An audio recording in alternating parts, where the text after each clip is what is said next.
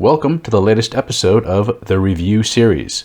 This time I will deconstruct a Christian myth that, sadly, gets repeated more than once by one of my favorite history channels, Overly Sarcastic Productions. Let me start off by expressing my appreciation for this channel and the videos that Blue provides, which contain hours of great content and interesting history. But in two videos, OSP spreads Christian propaganda, not history. In their 2017 video, History Summarized, The Spread of Christianity, Blue states, "The night before a battle with the ruler of one such fourth of the empire, which contained Italy and North Africa, Constantine had a dream in which he was instructed to paint the Christian Chi-Rho symbol, the first two Greek letters of Christ, onto his army's shields. So he did, and they won." Then, in the 2022 video, History Resummarized, The Roman Empire, Blue repeated the same myth. In the fight for control of Italy and North Africa, he received a vision from an angel telling him to paint the symbol of Christ onto his army's shields. And let's be real here, if it's the fate of the empire, you're not in the business of saying no to angels, so he got doodling and won the Battle at the Milvian Bridge in 312. There's a lot to unpack here, so let's do some history. Let me start with Blue's last sentence regarding the fate of the empire, because this point is the key to unlocking the entire vision narrative. Retired Roman history professor Harold Drake does a deep dive into Constantine in his book Constantine and the Bishops, The Politics of Intolerance, which you can find linked in the description. Drake goes into great detail about Constantine's role as Pontifex Maximus, or chief priest of Rome, the so-called vision, and his relations with the Christian Church. The dual role as both emperor and Pontifex Maximus is the reason why the fate of the empire is so important. Some of you may be thinking that Pontifex Maximus is a title of the Roman Pope, but it was the later Christian emperor Gratian, reigning 30 years after Constantine died, who refused the title, and it wasn't until the Renaissance that the papacy incorporated it into its list of honorifics.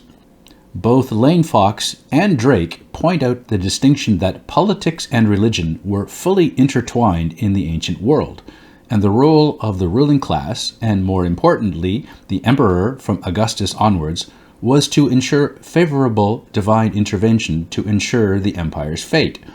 So, as one of the four emperors, Constantine was expected to commune with the gods over matters of state.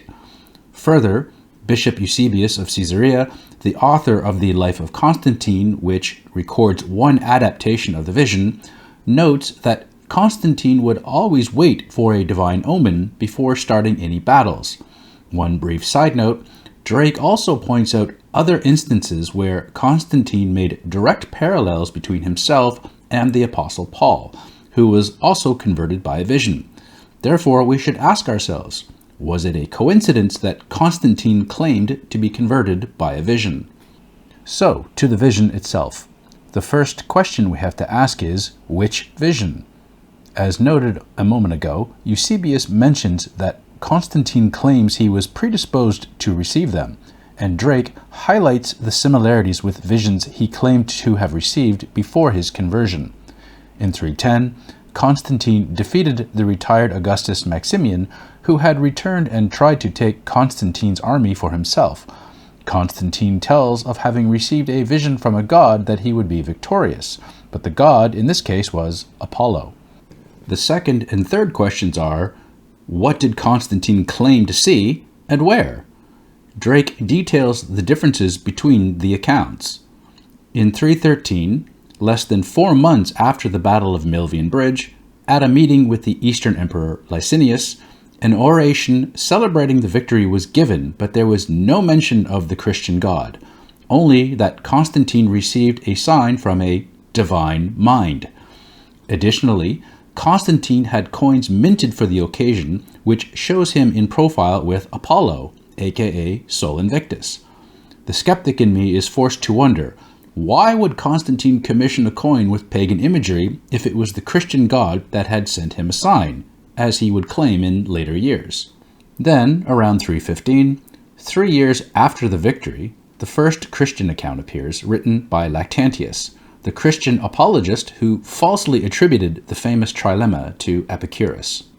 Epicurus believed in the gods. But wait, some of you are probably saying he was an atheist, because you've seen this popular quote. Remember, Epicurus included the gods in his atomism, and he considered atheists insane. Also, have you noticed the citation is never given for this supposed quote by Epicurus? That's because it wasn't Epicurus. It was Sextus Empiricus, who wrote something very similar. Incidentally, Hume is the one who attributed the quote to Epicurus, but he copied it from Bayle, who copied it from Lactantius, an early Christian apologist who got the name wrong. Epicurus, Empiricus, close enough. In On the Deaths of the Persecutors, Lactantius wrote that Constantine was instructed to paint the Chi-Rho on the shields, and he received this message in a dream. Around the same time that Lactantius wrote his account of the dream, Constantine's triumphal arch was dedicated in Rome. The more skeptical eye will note that the shields of Constantine's army depicted on the arch display absolutely no Christian symbols whatsoever, but the shields do, however, bear solar and lunar imagery. The language carved into the arch also does not refer to the Christian God, but, like the 313 oration, mentions the divine mind. Granted, the arch was commissioned by the pagan Senate and reflects their beliefs and represents the Constantine of his early reign.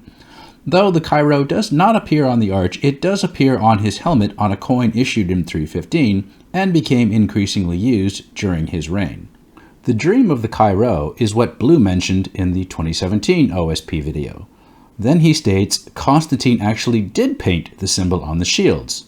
But stating this as historical fact is troubling, as noted by the lack of these details in the 313 oration.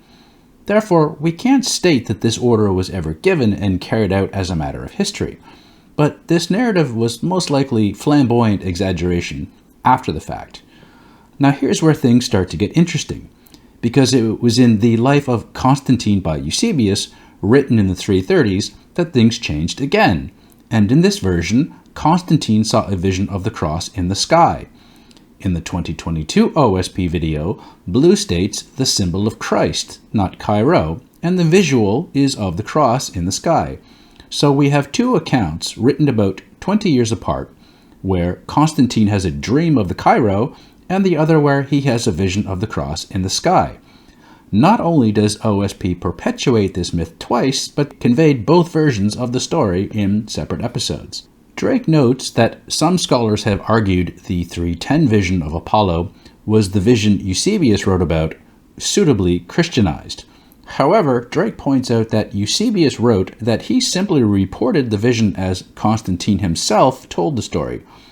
So we have examples of pre-conversion Constantine telling stories of visions of encounters with deities, and the details of his conversion experience got exaggerated each time he retold the story. A story which bears striking parallels to Paul on the road to Damascus. As the saying goes, never let the truth get in the way of a good story.